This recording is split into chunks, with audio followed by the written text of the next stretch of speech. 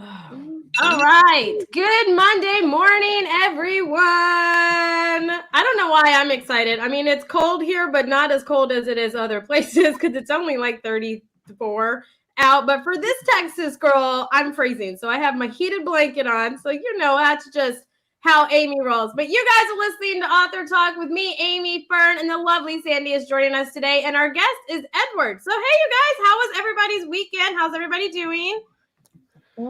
Pretty good, man. Hiding from the snow. Oh, yeah. See, I know it's colder where you are, and you get the white fluffy stuff that he's part of that whole big Atlantic thing that's been going through. We've been hearing about on the news and seeing all those cold pictures, cold images. Yeah. Well, I only have about 5 inches, so it's enough that I'm happy to let someone else deal with it. But could be worse. It's not like a week or so ago when Interstate 95 shut down for a day. Ew. Oh. See, now this is why this morning I have my Puerto Vallarta cup. I'm kind of mentally wanting to just travel there. Actually, I want to travel there just physically too. But yeah, I want to live there. I think that would be a great place to live. It sure would, man. That was beautiful. My uncle actually lives there. And he is, he runs a restaurant for one of the resorts, a smaller local resort. And he's a great chef. I tell you, there's a lot of great cooks in my family. I don't know why that genetic ability sort of skipped me. I don't know. Maybe because you don't ever practice it or anything. It's entirely possible. But I mean, my food is edible. Nobody's going to starve. And as far as I know, no one's died. So it's not life-threatening. So it's good. There you go. Some people cook, some people eat. You can't do one without the other. I will eat. That is one of the biggest issues I have. I will eat. My husband, who loves trying out recipes, used to tell everybody I was great with Hamburger Helper. So. I just want it to be easy and taste good. And they all want it to be healthy. So I know. I'm all about those 30-minute meals or the Instapot meals. Those are me. Now I will cook, longer meals and stuff if I have more time, but 30-minute meals is my go-to. But I will bake a cake or cookies homemade anytime. Like that, sweets are my thing, so I love those 100%. We do have some people joining us, so good morning, Greg and Nadita. How are you guys doing this lovely morning? I will prepare my famous baked beans. It's a family secret. You go into the pantry, you get the can, you open it, you put it in the pot. It's great. Edward, who cooks in your family? You or your wife or someone else? Both. Certainly, she does the majority of the cooking. She's the better cook. But as long as the recipe has, only about 5 or so ingredients, then I'm fearless. That's great. So what do you do on these snowy days? Do you stay inside and bake or something, or you write? Mostly I write. I try to write every day. And how many books have you written? 22 published, 2 more sold, and 1 in progress. Very nice. Very, very nice. You have been busy. I have. Now, I've been at this for a long time. I hear that your books though are hard sci-fi. You are definitely not mixing and matching any like fantastical elements. You're sticking more to a hard sci-fi feel. I do write hard SF. Now, mind you, I'm not a big fan of the term because too often it gets interpreted as hard to read. But yes, that's definitely what I write. And for people watching and listening not familiar with the term, it means fiction that tries to pay attention to what we think we understand about the universe. Doesn't mean we can't go beyond what we know, but we ought not to be contradicting it. Yeah, it's kind of an extrapolation, right? You're taking what we know in scientific communities right now and extrapolating it through plausibility, not like fantastically. Right? There are 2 iterations of hard SF. The most rigorous version says you can't contradict what we think we know. The looser definition says, okay, we can assume we're wrong about one thing and think about the implications. And that's how come science fiction can deal with faster than light travel. Okay, if we grant that one, what do we do with it? And I've done both kinds of hard SF. Cool. Because for me, a person who is not a huge science fiction fan, although I like a lot of it, Robert Heinlein, my husband's a big fan of his, so I've read quite a few of his books. But to me, all science fiction has some fantasy to it. Otherwise, it's fiction and it's based on science, but how do we know? Well, how do we know? I think Sandy, you're getting into to exploring the definition of fantasy, because fantasy are things that cannot happen, that will never happen, that scientifically, even if we, we're able to do all kinds of magnificent scientific things in the future, you wouldn't be able to do it, right? So, so who determines that? I mean, who sets those rules? The genre, yeah. The authors that are working in the genre, the marketplace, and just even in scientific fact, I mean, how likely is it that we'll be able to someday with our minds move things? Yeah. Right. I mean, that's fantastical. There are no hard and fast rules, and certainly booksellers and publishers are fuzzy on the definitions. Mm. What bookstores and the genre calls science fiction somehow includes elves and vampires and mental telepathy and Pennywise the clown and magic and comic book superheroes, as well as rigorously valid scientific stories. I mean, you just have to look at what the Sci-Fi Channel puts on. Yeah, and what you're really looking at when you're seeing the sci-fi section of things is you're looking at speculative fiction, right? Speculative fiction, which encompasses all of those areas, including horror, right?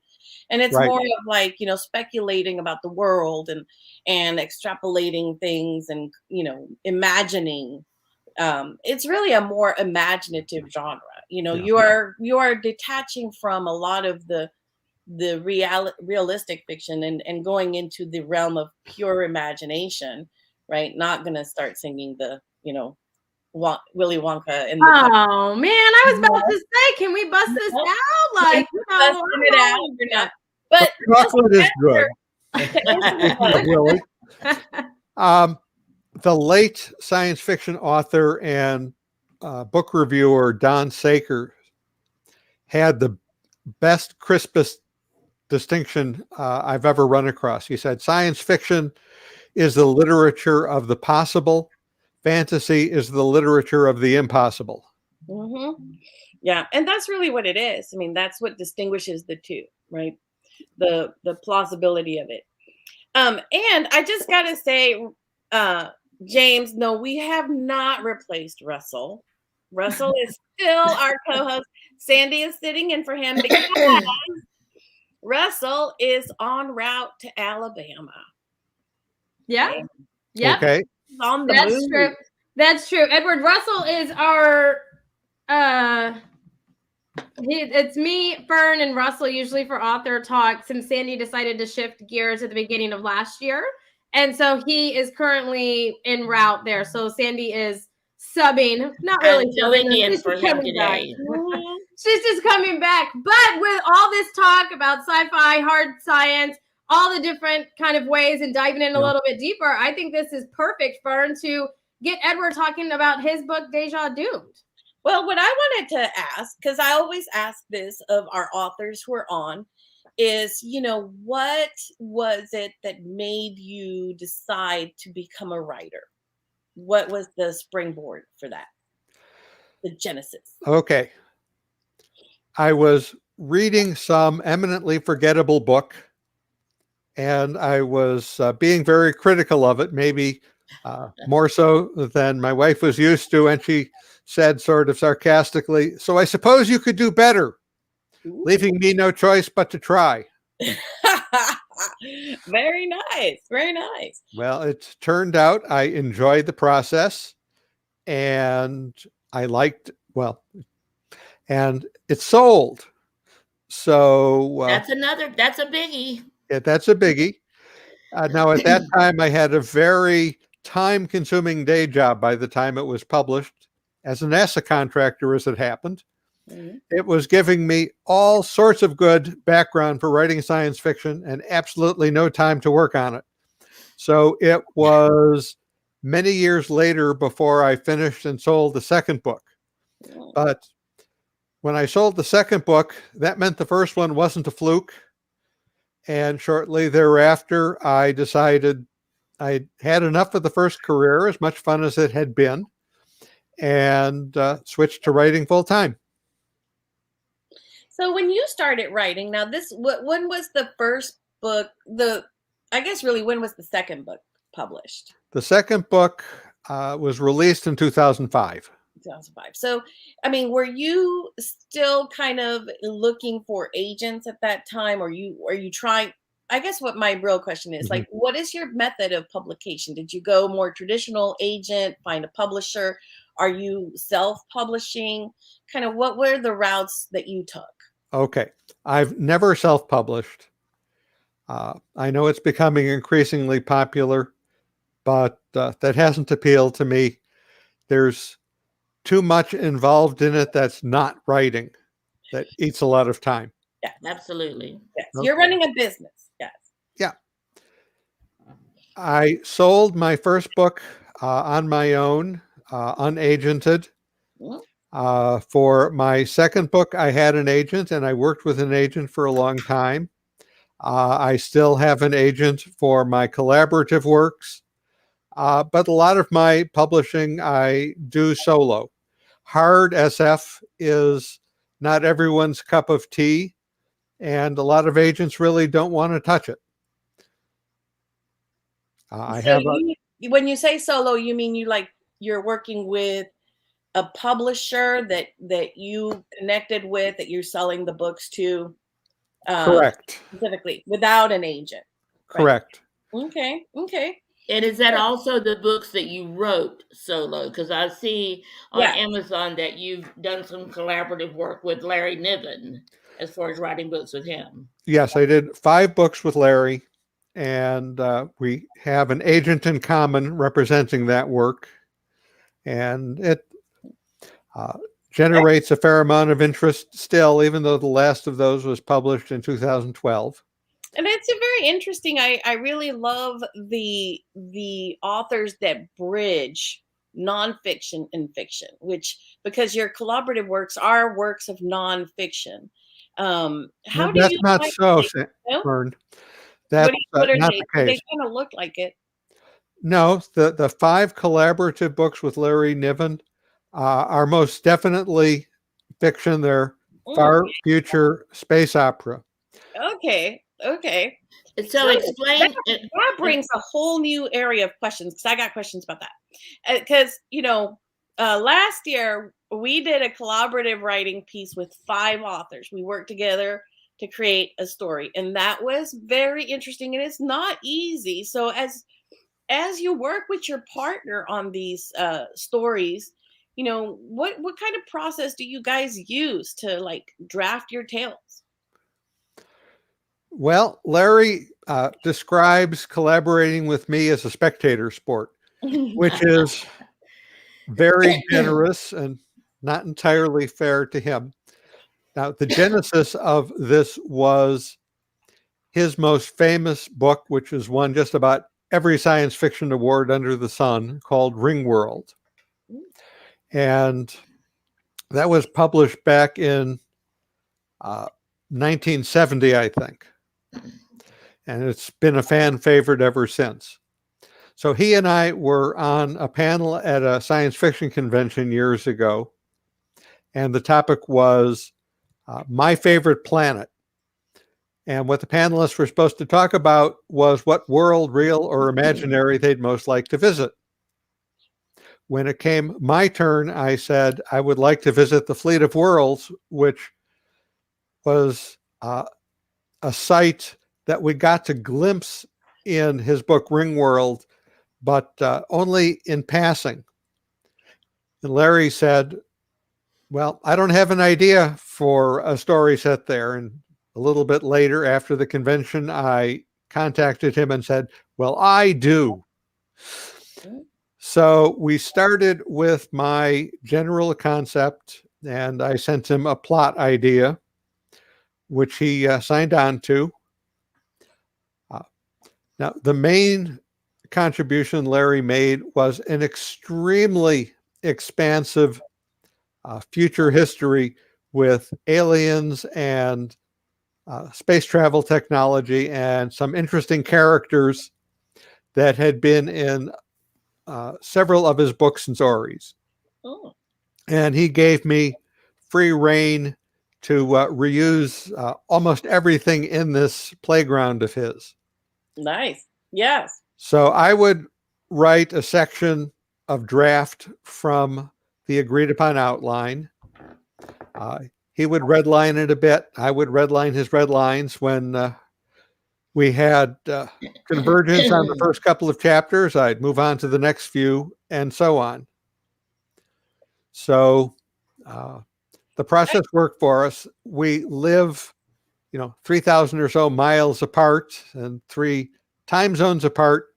So we work primarily by email and sending drafts back and forth. I mean, we did encounter one another occasionally at conventions, and we did have the occasional phone call, but mostly it was courtesy of the internet. Nice. Very nice. It's very cool That is to very hear nice. the collaborative process. So let's go to your book, right? Okay. And tell me a little bit about this book. It's a standalone, right? What is it about? Okay. Deja Doomed is a near future adventure set mainly on Earth's moon. There's a small element of second space race to it. There are small contingents exploring the moon and establishing facilities there. Americans, Russians, Chinese, and an international base. A body is discovered on the moon, and it's of indeterminate age. It's alien. Ooh. Okay. And if there's an alien body in a spacesuit, then there's other alien technology around there to be found, because this being didn't just happen to be there. Mhm. And of course, all the great powers would like to have this alien technology and don't want anyone else to have it. Of course. So there's skulking about and distrust even before the deaths start. You really don't want to poke around in alien technology, even if the book title doesn't have doomed in it. Very cool. So it's awesome. So this is based on our moon, and they keep the Earth from knowing that they're up there because they're on the other side, right? That's what I was reading on your summary. Do we have the cover that we could show people? That is awesome. So let me ask you, as you are looking at your books, and because they are sci-fi, what is the amount of research that you do, for these novels? There's a lot of research. And in this case, because it's near future and space-based, my NASA background came in very handy. Mm. There's a lot of documentation out there about the Apollo program, and certainly I use that. It doesn't hurt that I've seen a space shuttle launch. I've wandered through the space station training simulator at Houston. I've flown, or more accurately, crashed the space shuttle simulator a few times. That can't be good. That cannot have been good. Well, if it's a simulator, you not too bad. can walk away from it. I read a lot about NASA's newest plans for landings on the moon in the near future in the 30s, and SpaceX's and Blue Horizon. All the new private space companies have plans for near future space. So that was a lot of research. There's a medical element to the book also. I happen to know a science fiction author who's also a cardiologist. So that was on the handy side. Mm-hmm. Mm-hmm. And then, of course, there's Professor Google. Of course. Of course. So here's a question, because I mean, a lot of us writers, writers in general, we love research. But research can be a rabbit hole. You can go down a rabbit hole of research, and it's a great way to procrastinate actually writing. How do you keep yourself from, going down rabbit holes of research and staying to your writing schedule? You're a working writer. So what is your schedule like? How do you keep yourself focused? well, first of all, you're presuming I succeed at those things. Well, you've been publishing quite a few books, so one can assume that you are at least producing on a regular basis, my friend. Well, that much is true, but yes, I've fallen down the occasional rabbit hole. I have gotten distracted. And the truth of the matter is that often what I choose to write about is driven by what I want to learn about. Mm-hmm.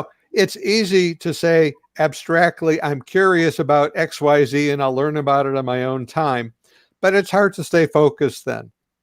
If a plot is dependent on some technology, I'm forced to learn about it. Mm-hmm. And I've learned a lot more about a lot of scientific subjects and engineering topics doing research for a story or a book than studying them in the abstract. Yeah. My schedule, in theory, I'm hard at work by the crack of 10. But if I do that and stay at it until dinner time 7 days a week, and occasionally pick up after dinner because I'm too into what I'm doing to set it aside, that's full time. Mm-hmm. And I try to make that be my schedule. And wow. That's a heavy duty schedule. Yeah. Well, the fact of the matter is, writing as a business has an awful lot to it beyond pounding the keyboard. Yes, There's the research we've talked about. Mm-hmm. There's contracts. There's conversations with folks like you so that more people will be inclined to know my books are out there. Mm-hmm. There's a lot going on. Yep. And one of the things that on Amazon, I'm noticing that you have some pretty hefty reviews from some great thing. I'm looking at the Asimov science fiction. So was that the magazine that reviewed your book? Because this is definitely a great review that's posted on Amazon. Yeah. Asimov has published a little of my short fiction, and they've reviewed a couple books. I've had reviews in many of the magazines and some of the online sites. And I'm generally just very gratified at the positive reception a lot of my writing has received. So that's part of the marketing of the books. I'm assuming you don't do the marketing of your books and the publisher takes care of that for you, or who does your marketing? It varies. My current publisher has been kind enough to hook up a lot of his authors with a publicist, and it was in fact that publicist who introduced me to you guys. Mm-hmm. But even with a publicist, authors have a lot to do. So I maintain a website, I maintain a blog, I put stuff up on Facebook and LinkedIn. Oh yeah. And see, now I love that you mentioned that, because a lot of authors think about publicity and marketing as being something that's very like advertising and things, but a lot of it is just being out there, getting a following, getting fans. And social media is one of the wonderful mediums that can be helpful, but you do have to be careful because it can be a dark space sometimes. How do you promote? Obviously you don't go around just buy my book, right? What are some of the kinds of things that you enjoy posting to kind of build that following? I always like to ask authors about this because a lot of authors don't know what to do, right? They think just blasting their book over and over again is the answer. What are some of the ways that you kind of gather followers on social media? Well, pre-pandemic, there were conventions, and it was always fun to go to science fiction conventions and interact face-to-face. Same with book signings. Not doing a lot of that these days. Right. It is mainly social media. So podcasts, video interviews like we're doing right now are a big part of it. And of course, I like to share these things to my own social media. So I'll link things on Facebook and LinkedIn, mention them on my website. My blog is syndicated in a few places, such as my Amazon author page and Goodreads. And see, now that's important. You know, a lot of people don't realize that Amazon has author pages, and you can follow authors. In fact, I just clicked and followed you earlier today. So I did last night. So yeah, we'll get the newest books from you, and that's the more the merrier. Yes, because Amazon will let you know the authors that you follow. You know, Amazon will let you know their new book, what's coming up next. So it's a wonderful way to just announce. You know, have Amazon announce for you. You know, to those who are following you that your new book is up. Speaking of. Okay, you finished this book. It's up. What's next on your plate? What are you working on? Okay, well, I have 2 books that I finished last year and signed contracts for in December, which I expect will come out later this year, although they don't have pub dates yet. One is a novel called On the Shoals of Space-Time. Ooh. In Deja Doomed, the aliens were long gone, which doesn't mean they can't cause mischiefs, but long gone. In On the Shoals of Space-Time, there's an alien cruise ship. Think, you know, your average holiday vacationers. And there's a near catastrophic accident on their ship, and they are stranded in the outskirts of our solar system. The only hope for them, and it's a dim hope at that, is that we primitive humans can somehow get to them, or they can somehow get to us. So I like to think of it as a very unusual first contact story. I love it. I love it. We got to rescue them. How awesome. That is beautiful. I love the concept. Okay. And story number conquest, right? It's always aliens coming to conquer us or something. But this is super cool. Yeah. Or we mistreat them. That's also overdone. Yes.